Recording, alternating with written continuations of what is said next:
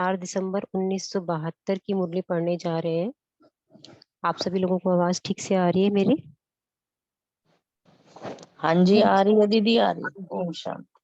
ओम शांति। आज की जो मुरली है बहुत शॉर्ट मुरली है, लेकिन बाबा ने बहुत छोटी छोटी इम्पोर्टेंट्स बात उसमें बताई है।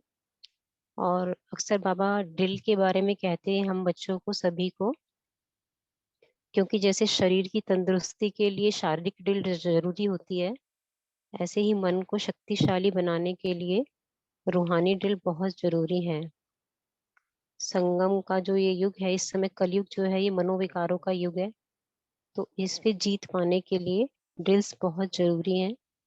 और बाबा आज उन्हीं के बारे में हमें क्लियर कर रहे हैं। इसके अलावा बाबा ने अष्ट रत्न कौन होते हैं इस बात के लिए बताया है। भक्ति मार्ग में धक्के खाने क्यों शुरू हुए, इस टॉपिक को क्लियर किया है। और संगम का जो मेला है, वो मेला मनाने के बाद कैसे जय जयकार होगी, उस उसमें भी बताया है। तो सभी लोग अटेंशन से सुनेंगे। मुरली का टॉपिक है महावीर आत्माओं की रूहानी ड्रिल। टॉपिक में ही बाबा महावीर आत्माओं, ये टाइटल हम बच्चों को देके के चल रहे हैं। इस समय सभी कहाँ बैठे हो? साकारी दुनिया में बैठे हो व आकारी दुनिया में बैठे हो? सोचें कि हम कहाँ बैठे हैं। साकारी दुनिया में बैठे हैं, वे आकारी दुनिया में बैठे हैं। साकारी दुनिया तो सो रही है अभी सभी ना। आकारी दुनिया में, इस साकार दुनिया के आकर्षण से परे अपने को अनुभव करते हो। वह आकारी रूप में स्थित होते साकारी दुनिया की कोई भी आकर्षण अपनी तरफ आकर्षित नहीं करती है। ये चेक करना है कि आकर्षण तो नहीं होता है जब हम आकारी रूप में जाके बैठते हैं तो। साकारी दुनिया के भिन्न भिन्न प्रकार के आकर्षण से एक सेकंड में अपने को न्यारा और बाप का प्यारा बना सकते हो। ये ड्रिल पर आ गए बाबा कि एक सेकंड में ऐसा कर सकते हैं। कर्म करते हुए कर्म बंधनों से परे, बंधन युक्त से बंधन मुक्त स्थिति का अनुभव करते हो। पहले बंधन युक्त थे ना, कर्म करते करते भी, अब क्या रहना है? बंधन मुक्त। अभी अभी आप रूहानी महावीर महावीरनियों को डायरेक्शन मिले कि इस शरीर से परे अशरीरी आत्म अभिमानी बंधन मुक्त योग युक्त बन जाओ। तो एक सेकंड में स्थित हो सकते हो। बाबा कहे कि बच्चे, यदि बाबा अभी आपको डायरेक्शन दे दे कि बच्चे अशरीरी आत्मा बन जाओ, आत्म अभिमानी बन जाओ, योग युक्त हो जाओ, तो क्या कर सकेंगे? जैसे हठ योगी अपने श्वास को जितना समय चाहे उतना समय रोक सकते हैं, तो आप सहज योगी, अभी देखिए बाबा कितनी टाइटल्स हम बच्चों को इसमें देते हैं। तो आप सहज योगी, स्वतः योगी, सदा योगी, कर्म योगी, श्रेष्ठ योगी, अपने संकल्प को, श्वास को प्राणेश्वर बाप के ज्ञान के आधार पर, जो संकल्प, जैसा संकल्प, जितना समय करना चाहो उतना समय उसी संकल्प में स्थित हो सकते हो। तो ये हमारा मेन होमवर्क, यही पुरुषार्थ है ज्ञान मार्ग का। अभी अभी शुद्ध संकल्प में रमन करना, अभी अभी एक संकल्प में स्थित होना, यह प्रैक्टिस सहज कर सकते हो। एक संकल्प, अभी हम सोचे मैं गॉडली स्टूडेंट हूँ, ये मुरली सुनते समय मैं गॉडली स्टूडेंट हूँ, तो जब तक ये मुरली फिनिश होती है यही संकल्प मन में रहे। यह प्रैक्टिस सहज कर सकते हो, जैसे स्थूल में चलते चलते अपने को जहां चाहे रोक सकते हो। अचल अडोल स्थिति का जो गायन है वह किन्हों का है? किन्हों का है वो गायन? तुम महावीर महावीरनिया श्रीमत पर चलने वाले श्रेष्ठ आत्माएं हो ना। यहाँ टॉपिक चेंज हुआ, अभी हम ड्रिल्स पे चल रहे थे, अभी बाबा श्रीमत की बात बताते हैं कि तुम महावीर महावीरनिया श्रीमत पर चलने वाले श्रेष्ठ आत्माएं हो। श्रीमत के सिवाय और सभी मतें समाप्त हो गई ना। कोई और मत वार तो नहीं करती, मनमत भी वार ना करे। इतना पुरुषार्थ अच्छा हो, मनमत भी वार ना करे। शास्त्रवादियों की मतें, गुरुओं की मतें, कलयुगी संबंधियों की मत, ये बहुत आ जाती है ना। गुरुओं से और शास्त्रवादियों से तो हम छूट चुके हैं, लेकिन कलयुगी संबंधियों की मत वो तो हमें मिलती ही रहती है, यह तो समाप्त हो गई। लेकिन मनमत अर्थात अपनी अल्पज्ञ आत्माओं के, ये बहुत इंपॉर्टेंट है। बाबा कहते हैं ये मतें तो फिर भी हम नहीं मानते हैं, हमारे सामने आती भी हैं तो, लेकिन मनमत अर्थात अपनी ही अल्पज्ञ आत्माओं के संस्कार के अनुसार संकल्प उत्पन्न होता है और उस संकल्प को वाणी व कर्म तक भी लाते हैं। अल्पज्ञ आत्मा हम लोग, हमारे जो संस्कार हैं उसके अनुसार ही संकल्प उठता है और हम वाणी और कर्म तक भी ले आते हैं। तो फिर बाबा कहे तो उसको क्या कहेंगे? उसको श्रीमत कहेंगे क्या? या या व्यर्थ संकल्पों की उत्पत्ति जो अंदर चलती रहती है उसको श्रीमत कहेंगे? तो श्रीमत पर चलने वाले एक संकल्प भी मनमत व आत्माओं की मत अर्थात परमत पर नहीं कर सकते। ये हमें नोट करना है कि यदि हम बाबा की श्रीमत पर चलते हैं, उनके गॉडली वर्सन सुनते हैं, तो एक संकल्प भी मनमत व आत्माओं की मत यानी परमत पर नहीं कर सकते। स्थिति की स्पीड तेज न होने कारण कुछ न कुछ श्रीमत में व मनमत व परमत मिक्स होती है। बाबा ने कल सुबह की जो हमने मुरली पढ़ी उसमें भी कहा था कि स्पीड तेज क्यों नहीं होती है, क्योंकि सूक्ष्म या स्थूल रूप से जो भक्ति के संस्कार बचे हुए हैं, तो बिना मिक्सिंग है ज्ञान में। तो इसलिए बाबा यहाँ पर भी कहते हैं कि बच्चे श्रीमत में कहीं ना कहीं मिक्सिंग है, इसीलिए पुरुषार्थ की स्पीड तेज नहीं हो पा रही है। जैसे स्थूल कार चलाते हो, पेट्रोल के अंदर अगर जरा भी कुछ कचरा मिक्स हो जाता, रिफाइन नहीं होता है, तो स्पीड नहीं पकड़ेगी। ऐसे ही यहाँ भी स्पीड नहीं पड़ती है।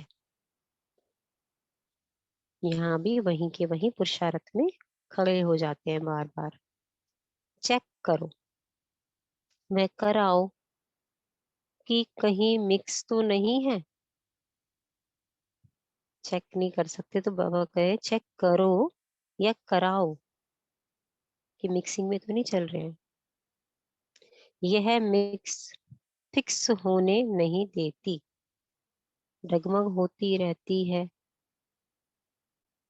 श्रेष्ठ आत्माएं, पद्म पदम भाग्यशाली आत्माएं एक कदम भी पद्मों की कमाई के बिना नहीं गवाते हैं। बाबा हमें डायरेक्शन देते कि बच्चे, आप श्रेष्ठ आत्माएं हो, पद्म पदम भाग्यशाली आत्माएं हो, तो ऐसी आत्माएं तो एक कदम भी कमाई के बिना नहीं गवा सकती हैं। रूहानी ड्रिल आती है ना? अब बाबा क्वेश्चन पूछते हैं कि बच्चे रूहानी ड्रिल आती है? अभी अभी निराकारी। अब यहाँ हम स्वरूप में ये ड्रिल साथ साथ भी कर सकते हैं। चेक करें अपने आप को, क्या मैं इतने शक्तिशाली हूँ कि गॉडली वर्सन सुनते सुनते अपनी स्थिति को वहां पर ले जा सकती हूँ। अभी अभी निराकारी। देखिए अपने निराकारी स्वरूप को।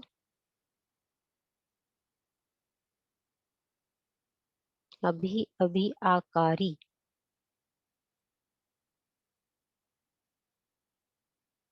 अभी अभी साकारी। कर्म योगी इस शरीर के अंदर मुरली सुन रहे हैं। देरी नहीं लगनी चाहिए। जैसे साकार रूप अपना है। बहुत सुंदर बात बाबा इसमें बताएंगे। देखो स्पेशली आज तीनों बताई है बाबा ने कि साकार, निराकार और अपना आकार, जो तीनों हैं। तो बाबा बताते हैं कि जैसे साकार रूप अपना है, वैसे ही निराकारी आकारी रूप भी तो अपना ही है ना।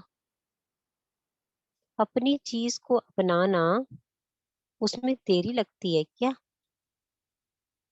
पराई चीज को अपनाने में कुछ समय लगता है, सोच चलेगा, लेकिन यह तो अपनी ही असली स्वरूप है।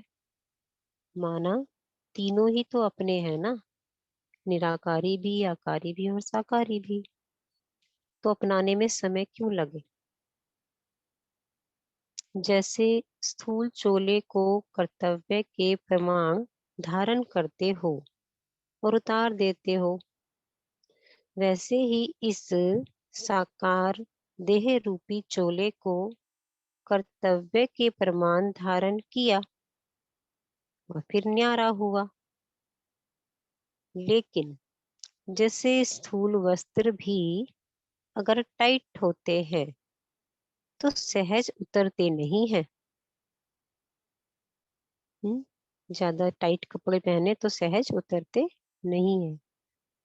ऐसे ही अगर आत्मा का यह देह रूपी वस्त्र देह के, दुनिया के, माया के आकर्षण में टाइट अर्थात खिंचा हुआ है, तो सरल उतरेगा नहीं,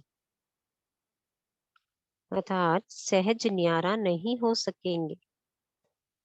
समय लग जाता है, थकावट होती है। फिर क्या होता है, जब किसी भी टाइम काम कुछ ऐसा होता है कि उसमें बहुत समय लग रहा है, हमारे अंदर इतनी एनर्जी नहीं है। घर में भी हम देखते हैं तो इतना सारा काम है, एनर्जी है नहीं, तो थकावट होने लगती है ना उसमें। कोई भी कार्य जब संभव नहीं होता तो थकावट व परेशानी हो ही जाती है, फिर चिड़चिड़ाहट आती है ना। तो बाबा बताते हैं कि संभव नहीं है कोई काम तो परेशानी महसूस करते हैं। और इस पॉइंट को किस तरह बाबा भक्ति से कनेक्ट करके बताते हैं कि क्यों हमने भक्ति शुरू करी, वो सब लोग ध्यान से सुनिए। कोई भी कार्य जब संभव नहीं होता है तो थकावट व परेशानी हो ही जाती है। परेशानी कभी एक ठिकाने टिकने नहीं देती। तो ये भक्ति का भटकना क्यों शुरू हुआ? हम्म? जब आत्मा इस शरीर रूपी चोले को धारण करने, बहुत इंपॉर्टेंट बात है, जब आत्मा इस शरीर रूपी चोले को धारण करने और न्यारे होने में असमर्थ हो गई, यह देह का भान अपने तरफ खींच गया, तब परेशान होकर भटकना शुरू किया। जब तक आराम से डिटैच होती थी तो कोई परेशानी नहीं थी। अब फंस गई शरीर में और नहीं निकल पाती है तो चिल्लाना पुकारना शुरू होता है। उसे कहते हैं भक्ति मार्ग। लेकिन अब आप सभी श्रेष्ठ आत्माएं इस शरीर के आकर्षण से परे एक सेकंड में हो सकते हो। ऐसी प्रैक्टिस है। प्रैक्टिस की प्रैक्टिस तो बाबा ने बताई कि ऐसी प्रैक्टिस करनी है। लेकिन हम प्रैक्टिस कर भी रहे हैं, चलो बहुत समय से ड्रिल्स कर रहे हैं, सब कहते हैं हम कर रहे हैं, इतना समय कर रहे हैं। 500 रुपये का अभ्यास का भी हम पोल लॉन्च होता है भरते हैं। लेकिन उस प्रैक्टिस की परीक्षा का समय क्या होता है कि हाँ हमने सचमुच ये प्रैक्टिस की है। तो प्रैक्टिस की परीक्षा का समय कौन सा होता? जब कर्म भोग का जोर होता है। भी हम कर रहे हैं ये ड्रिल्स, 500 रुपये का अभ्यास कर रहे हैं, साकार निराकार की ड्रिल्स कर रहे हैं। लेकिन इसका पेपर जब होगा जब जीवन में कोई कर्म भोग आता है। कर्म इंद्रियां बिल्कुल कर्म भोग के वश अपने तरफ आकर्षण करे, जिसको कहा जाता है ना, बहुत दर्द है, बहुत तकलीफ होती है शरीर में और कर्म भोग खींच रहा होता है अपनी तरफ। कहते हैं बहुत दर्द है, इसलिए थोड़ा भूल गई। लेकिन यह तो टग ऑफ वॉर, रस्सा कशी, माना खींचतान है। बाबा कहते हैं बच्चे ये तो खींचतान है। तो ये तो रस्सा कशी का समय है। ऐसे समय कर्म भोग को कर्म योग में परिवर्तन करने वाले साक्षी हो, कर्म इंद्रियों से भोगवाने वाले जो होते हैं उनको ही अष्टरत्न कहा जाता है। अब नेक्स्ट टॉपिक पे आ गए बाबा कि एक्चुअली में अष्टरत्न आत्माएं क्या होती है, उनकी क्वालिटी क्या होती है जो रियली में इन ड्रिल्स को करते हैं तो कर्म भोग आने के समय विजयी हो जाते हैं। तो बाबा कहते हैं कि जब शरीर से भोग वाले ऐसी शक्ति आ जाती तो उन्हीं को अष्टरत्न कहा जाता है, जो ऐसे समय विजयी बन दिखाते हैं। क्योंकि अष्ट रत्नों में, बहुत इंपॉर्टेंट लाइन है ये, क्योंकि अष्ट रत्नों में सदैव, कभी कभी नहीं, सदैव अष्ट शक्तियां कायम रहती हैं। ये मेन क्वालिटी अष्ट रत्न की, अष्ट शक्तियां उनमें सदैव ही कायम रहती हैं हर घड़ी, चाहे कोई भी परिस्थिति आवे। ऐसे अष्ट ही भक्तों को अल्पकाल की शक्तियों का वरदान देने वाले इष्ट बनते हैं। ऐसे अष्टभुजाधारी अर्थात अष्ट शक्ति संपन्न शक्ति रूप महावीर महावीरनियां एक सेकंड में संकल्प को कंट्रोल करने में सर्वश्रेष्ठ आत्माएं, सर्व आत्माओं को बाप का परिचय दिलाने वाली आत्माएं, बिछड़ी हुई आत्माओं को बाप से मिलाने वाली आत्माएं, प्यासी आत्माओं को सदा काल के लिए तृप्त करने वाली आत्माएं, ये सारे हमारे कर्तव्य हैं, ये सब हमें करने हैं जो बाबा बता रहे हैं। बिछड़ी आत्माओं को मिलाना है, प्यासी आत्माओं को सदा काल के लिए तृप्त करना है, बंधन मुक्त योग युक्त युक्ति युक्त जीवन मुक्त आत्माओं को याद प्यार और नमस्ते। इसके आगे बाबा मेले के बारे में बताते हैं। मेला अर्थात मिलन। यहाँ अंतिम मेला कौन सा होगा? एक मिलन तो हम मनाते हैं स्कूल में, बाबा के साथ बहुत समय मनाया। अब भी अव्यक्त है बाबा, लेकिन बच्चे अव्यक्त स्थिति में बैठते हैं और अनुभव भी करते हैं। लेकिन बाबा कहिए बच्चे, अंतिम मेला कौन सा होगा इस संगम में? भोले बाबा, संगम की बात सुनाओ। कर्मातीत अवस्था भी तब होगी जब पहले मेला होगा। तो वो कौन सा मेला होगा जो अंतिम मेला होगा? बाप के संस्कार, बाप के गुण, बाप के कर्तव्य की स्पीड और बाप के अव्यक्त निराकारी स्थिति की स्टेज। क्या चीज बताई बाबा ने स्पेशल? बाप के संस्कार, गुण, कर्तव्य और उनकी जो अव्यक्त निराकारी स्थिति की स्टेज है, ये चार बातें। सभी में समानता का मेला लगेगा। माना ये चारों जब आत्माएं धारण कर लेंगी, समान बन जाएंगी। जब आत्माएं बाप की समानता के मेले को मनाएंगी, तब जय जयकार होगी। विनाश के समीप आएंगे। बाप की समानता ही, बाबा कहते हैं ना कि मैं डेट नहीं बताऊंगा, लेकिन काफी सारी चीजें बाबा क्लियर कर देते हैं मुरली में। बाप की समानता ही विनाश को समीप लाएगी। मेला लगने के बाद क्या होता है? जब मेला लगता है और फिनिश हो जाता है तो फिर क्या होता है? अति शांति। तो आत्माएं भी मेला मनाएंगी और फिर वानप्रस्थ में जाएंगी। वानप्रस्थ कहो, कर्मातीत कहो, लेकिन पहले मेला होगा। अच्छा, ऐसे गुणों से सजाने वाले और वतन से आके हमें सुबह सुबह पढ़ाने वाले मीठे मीठे बाबा को बच्चों का भी याद, प्यार और नमस्ते। गुड मॉर्निंग बाबा। अभी हम लोग सब एक सेकंड के लिए साइलेंस में बैठेंगे और फिर इस मूल्य पर चिंतन करेंगे।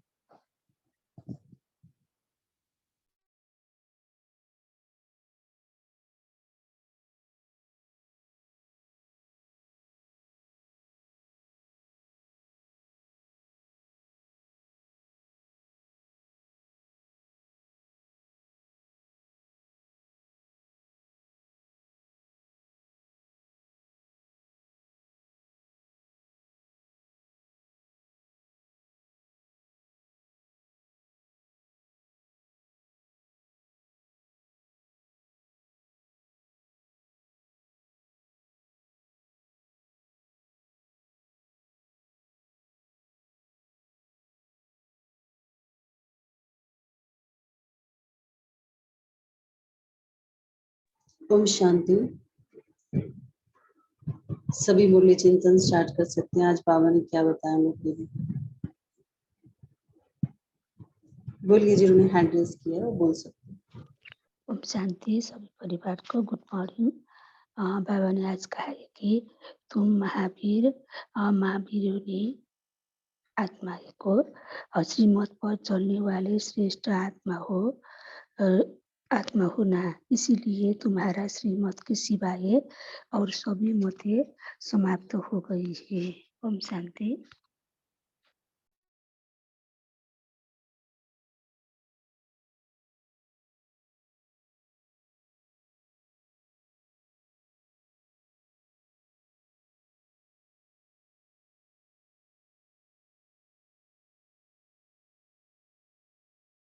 जी, और कोई बताएगा और क्या बताया बाबा ने?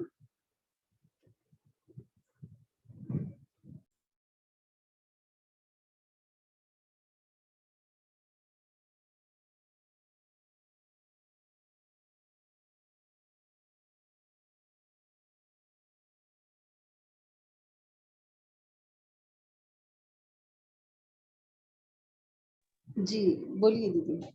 ओम शांति। आज प्यारे बाबा ने हमें महावीर महावीरनियों का टाइटल दिया। बाबा ने कहा कि आप श्रेष्ठ आत्माएं हो, आप श्रीमत पर चलने वाली श्रेष्ठ आत्माएं, आप मनमत परमत पर नहीं। क्योंकि बाबा ने कहा कि श्रीमत पर चलने में अगर एक संकल्प भी मनमत व परमत पे होगा तो फिर आपकी जो मिक्सिंग होती है ये फिर फिक्स नहीं होने देगी। फिक्स अर्थात ड्रिल, जो हम हमेशा सदैव, बाबा ने कहा कि हर सेकंड में ऐसी प्रैक्टिस हो कि एक सेकंड में निराकारी, फिर एक सेकंड में आकारी फरिश्ता स्वरूप, फिर उसके बाद साकारी में कर्मयोगी बन के कर्म करो।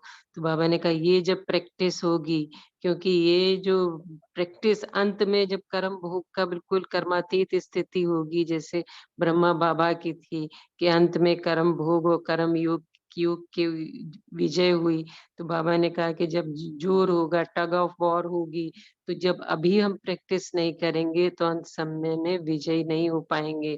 तो इसलिए बाबा ने कहा कि हर सेकंड इसकी प्रैक्टिस करो, यहाँ तक कि घंटे में हर घंटे हम प्रैक्टिस करें, तभी अंत में विजयी होंगे। तो बाबा ने कहा कि, और इसी तरह बाबा ने फिर अष्ट रत्न में जो महावीर महावीरनियां हैं, जैसे हमारी दादियां, उनकी विशेषताएं बाबा ने बहुत सुंदर बताई। तो हम सभी उस पर भी मनन कर सकते हैं। ओम शांति।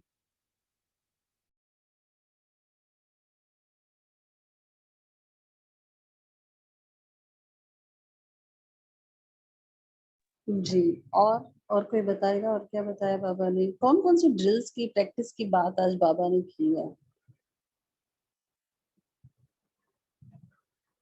कोई शेयर करेगा?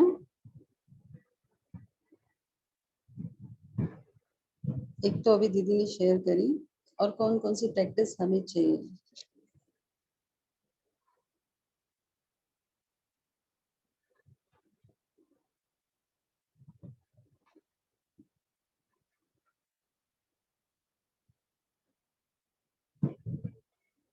बाबा ने जब स्टार्ट ही की थी मुरली, वहीं से बाबा ने कहा था कि आप सभी जो सहज योगी, स्वतः योगी, सदा योगी जो आत्माएं हैं, कर्म योगी आत्माएं हैं, बाबा ने बहुत सारे टाइटल्स हमें दिए योगी आत्माओं के। तो बाबा ने कहा आपको कौन कौन सी जो है प्रैक्टिस होनी चाहिए, कोई बताएगा?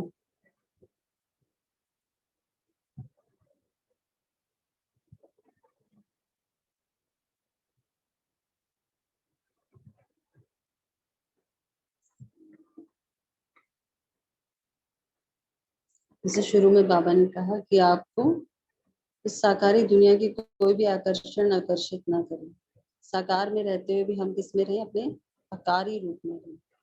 तो आकारी रूप की प्रैक्टिस, इसका मतलब जैसे बाबा मुरली में कहते हैं, चलते फिरते अपने आप को फरिश्ता समझो, स्वयं भी फरिश्ता रूप को देखो अपने, और दूसरों के भी फरिश्ता रूप को देखो। तो ये एक प्रैक्टिस बाबा ने बताया। तो जब हम अपने आप को फरिश्ता देखेंगे तो उसी से ही आगे बाबा ने कहा कि आपको जो आकर्षण है वो आकर्षित नहीं करेंगे। ये आपकी कौन सी है? न्यारी प्यारी स्थिति है। उसके बाद बाबा ने कहा अशरीरी बन जाओ, निराकारी स्थिति। तो बाबा ने कहा कि जो भी डायरेक्शन मिले अपने आप को बंधन मुक्त योग युक्त बताओ, एक सेकंड में अशरीरी बनो। फिर बाबा ने कहा आत्माभिमानी स्थिति में स्थित हो जाओ। तो ये भी बहुत सारी ड्रिल्स बाबा ने आज मुरली में बताई। फिर बाबा ने आगे कहा कि अपने संकल्प को एक ही संकल्प में स्थित कर दो। तो इसके लिए भी बाबा ने बताया अभी अभी शुद्ध संकल्प। शुद्ध संकल्प मीन्स जो बाबा मुरली के हमें स्वमान देते हैं मुरली में, जो हम वो अपने स्वमान में स्थित हो जाओ एक ही शुद्ध संकल्प में।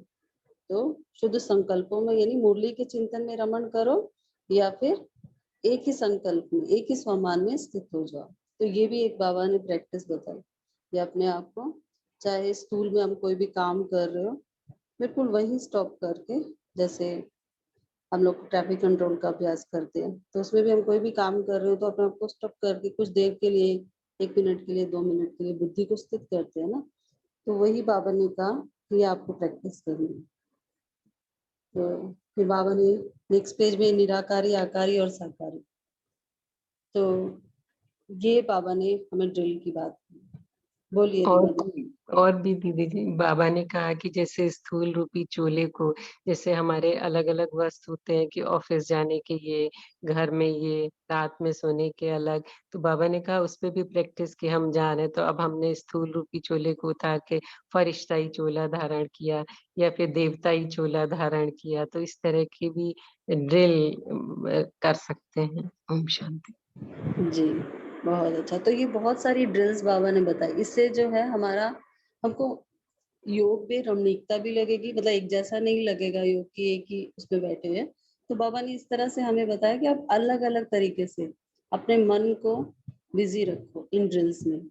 अच्छा, एक जो बाबा ने मुरली में बताया कि जो जैसे अभी दीदी ने भी बताया कि जो ये चोला है, शरीर रूपी चोला, बाबा ने कहा है इसको धारण करने में और न्यारे होने में आत्मा असमर्थ हुई है।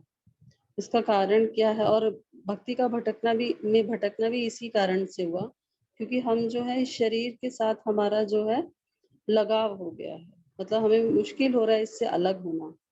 तो इससे अलग होने के लिए जो ये जो टाइट चोला है हमारा, इससे अलग होने के लिए हमें क्या करना है? बाबा ने कहा जैसे हमें कर्म भोग का दर्द भी होता है ना, वो इसी कारण होता है क्योंकि हमें शरीर का आकर्षण है। तो शरीर के आकर्षण से परे होने के लिए हमें क्या क्या प्रैक्टिस करनी है, तो ये बताएगा हमें इसको शरीर से। इसीलिए बाबा ने वैसे बहुत सारी ड्रिल्स भी बताई है, तो फिर भी कोई बताएगा क्या हमें करना है? बाबा ने मुरली में भी बताया है बीच में कि इसका कारण क्या है और कैसे हम इससे जो है अपने आकर्षण को दूर करें। बाबा ने कहा कि एक ये भी डील कर सकते हैं कि मैं आत्मा करावनहार हूँ और ये कर्मेंद्रियां जो मेरी हैं ये सारी करणहार हैं। तो मैं आत्मा इन कर्मेंद्रियों से कर्म करा रही हूँ। तो इसका भी जब हम दिन में कोई सारे कार्य करते हैं तो ये भान रहे कि हाँ मैं आत्मा हूँ और कर्मेंद्रियां ये आंख से मैं देख रही हूँ और ये मुख से मैं भोजन कर रही हूँ, हाथों से कार्य कर रही हूँ। तो इस तरह की अगर ये कॉन्शियस रहेगा इस तरह का, तब भी आत्मिक स्टेज में रहेंगे और अपनी जो हमारी सर्व शक्तियां सर्व गुण हैं, जो सातों गुण की मैं आत्मा शांत स्वरूप हूँ, ये शरीर अलग है, मैं आत्मा हूँ बिंदु स्वरूप और ये शरीर अलग है, मैं तो ये कर्मेंद्रियों से कर्म कर रही हूँ। इस तरह का भी अगर याद रहे तब भी प्रैक्टिस हो जाती है। ओम शांति। जी बहुत अच्छा बताया दीदी ने। कोई और बताना चाहेगा? हाँ ओम जी बोल। शांति। ये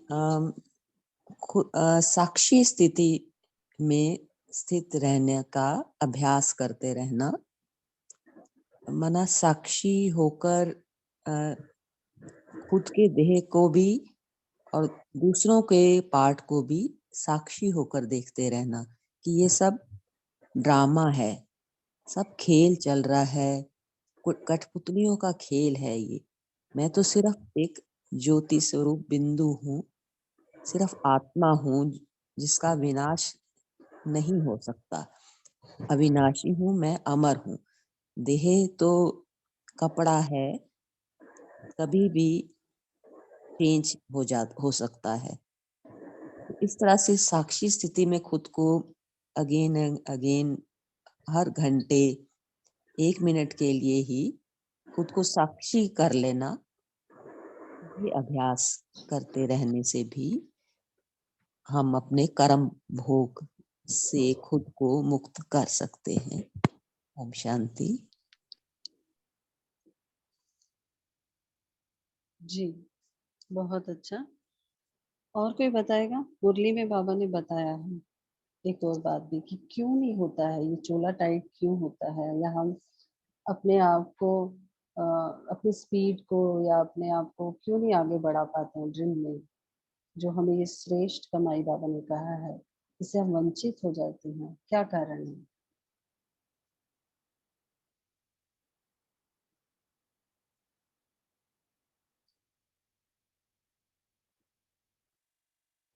जैसे बाबा ने जो पिछली कुछ मुरली चली थी उसमें बाबा ने वरदान में कहा था कि आपको डबल रिफाइंड पेट्रोल की आवश्यकता है। तो यहाँ पर भी बाबा ने कहा कि बाबा ने बहुत सारी ड्रिल्स तो हमें बताई हैं, लेकिन हम उस ड्रिल्स में स्थित क्यों नहीं हो पाते हैं? उसका कारण बाबा ने कहा कि आपकी, बाबा ने उसको पेट्रोल के एग्जाम्पल से बताया, हमारी बुद्धि जो है वो कहीं ना कहीं व्यर्थ में मगन है। तो मतलब जो श्रीमत पर हम चल रहे हैं, लेकिन वहाँ अगर एक संकल्प भी बाबा ने कहा, अगर वो मनमत का है, परमत का है, आत्माओं की मत है, तो उसके कारण क्या है, हमारी जो स्थिति है, जो स्पीड है, वो मिक्स हो जाती है, कम हो जाती है। और इस कारण से जो है आत्मा के जो पंख हैं वो जो है जिस तरह से आत्मा को उड़ना चाहिए योग में या स्थिति होनी चाहिए, वो नहीं हो पाती है। तो ये बाबा ने हमको जो है ये बताया। तो सबसे पहले हम सबको जो सबसे ज्यादा अटेंशन देना है, वो अटेंशन देना है अपनी बुद्धि पर, मतलब अपने संकल्पों पर देना है। मन के क्या संकल्प है, बुद्धि में कुछ किचड़ा तो नहीं है। तो जब तक ये क्लियर नहीं होगा उसके तब तक हम जो है अपनी ड्रिल्स में जो बाबा ने बताई वो एक सेकंड में स्थित नहीं हो पाएंगे। और बुद्धि से किचड़े को निकालने के लिए, अपने मन के संकल्पों को श्रेष्ठ बनाने के लिए हमें क्या करना है, उसके लिए बाबा क्या मत बताते हैं, कोई बताएगा?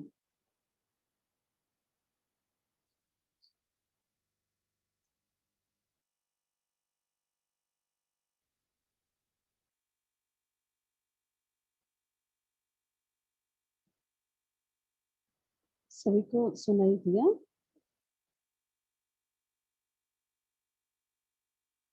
कैसे हम अपनी बुद्धि को श्रेष्ठ बनाएं, किचड़े से, व्यर्थ के किचड़े से मुक्त करें। ओम शांति। बाबा कहते हैं ना कि श्रीमत पर चलो, उसमें मनमत परमत मिक्स नहीं करनी है। तो बाबा की जो रोज की मुरलियां है, साकार मुरलियां, तो उसमें हम नोट कर सकते हैं बाबा ने क्या क्या श्रीमत कहा है, और फिर उस मुरली का मनन चिंतन भी कर सकते हैं। तो इस तरह हम जो साक्षी दृष्टा देख के कि हमें बाबा ने जो कहा है वो श्रीमत अपनी मनमत और परमत मिक्स करेंगे, तो फिर हम मिक्सिंग में आ जाएंगे।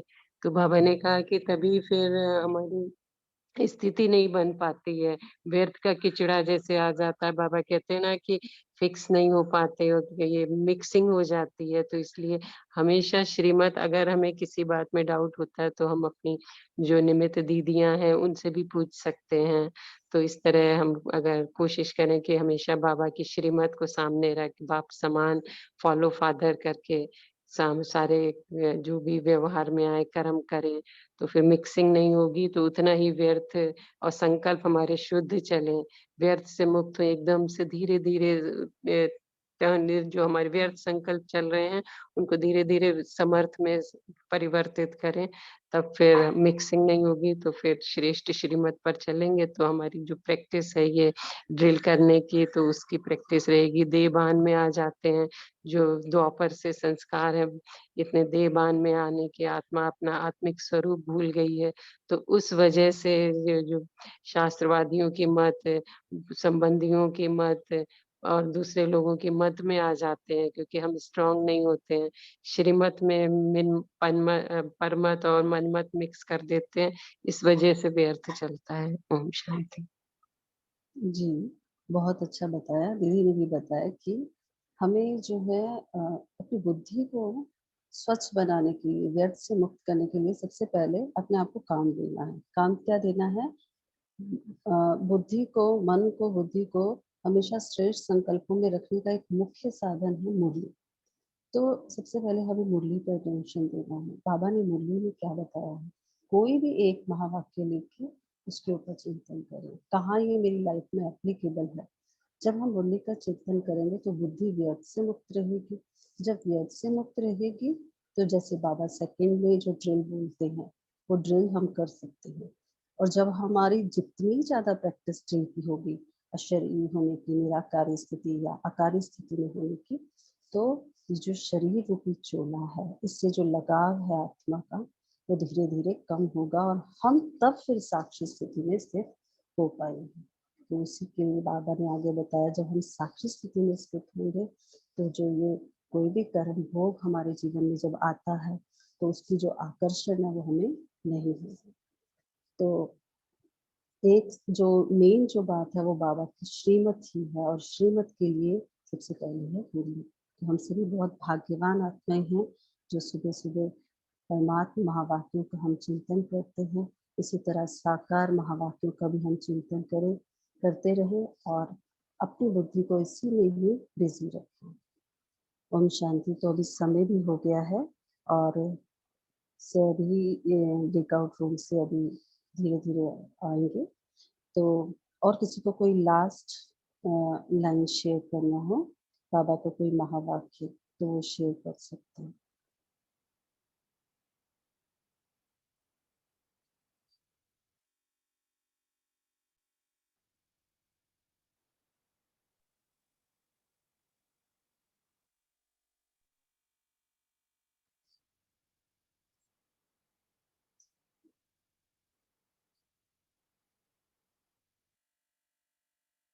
तो अभी सभी आ चुके हैं न्यू ड्रिल में। अभी पोल लॉन्च करेंगे तो सभी उसका रिप्लाई भी कर सकते हैं, और फिर उसके बाद से भी हम सभी को योग भी करेंगे और आज की महीने से होमवर्क भी देंगे।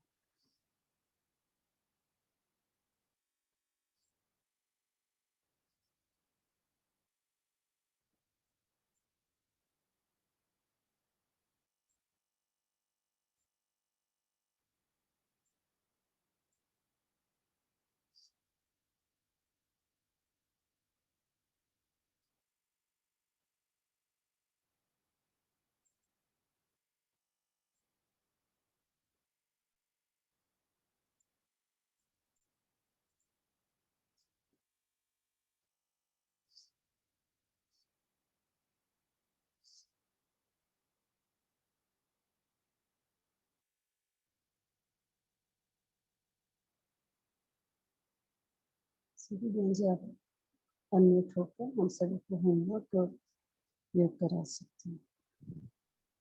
जी सिस्टर।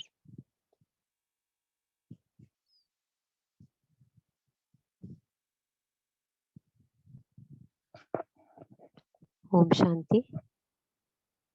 अभी हम थोड़ी सी देर योग करेंगे, जैसा कि बाबा ने आज ड्रिल के लिए हमें स्पेशली बोला है।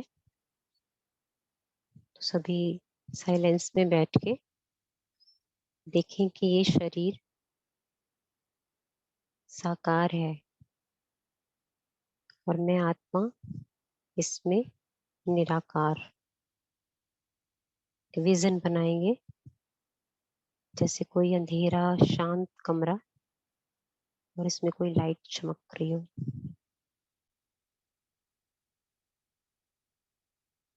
ये शरीर साकार और मैं आत्मा इसमें निराकार हूँ। ये एक कॉस्ट्यूम है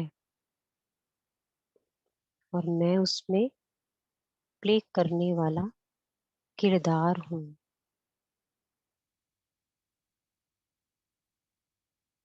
मैं कभी अंदर हूँ तो कभी बाहर हूँ। आ जाए इस शरीर से बाहर ज्योति बिंदु स्वरूप में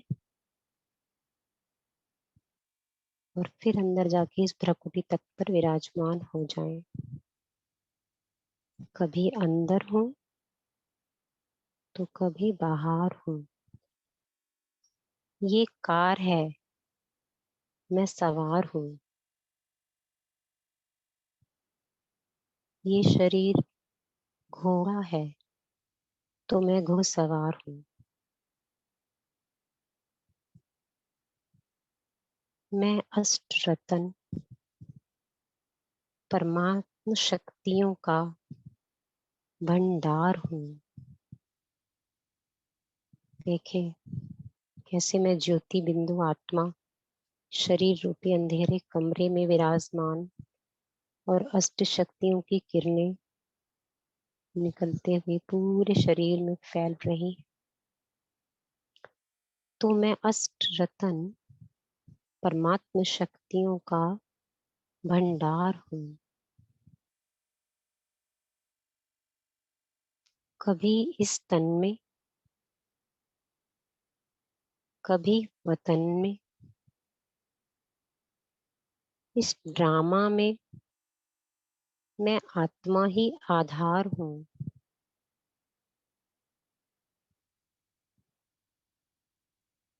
बाप से मिलन मेला करने वाली,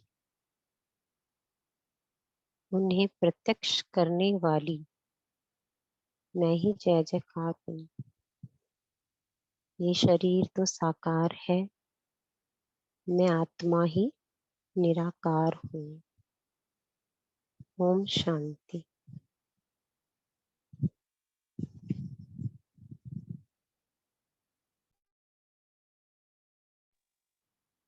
ओम शांति। थैंक यू सिंधु बहन जी। तो आज सभी होमवर्क में यही लेंगे।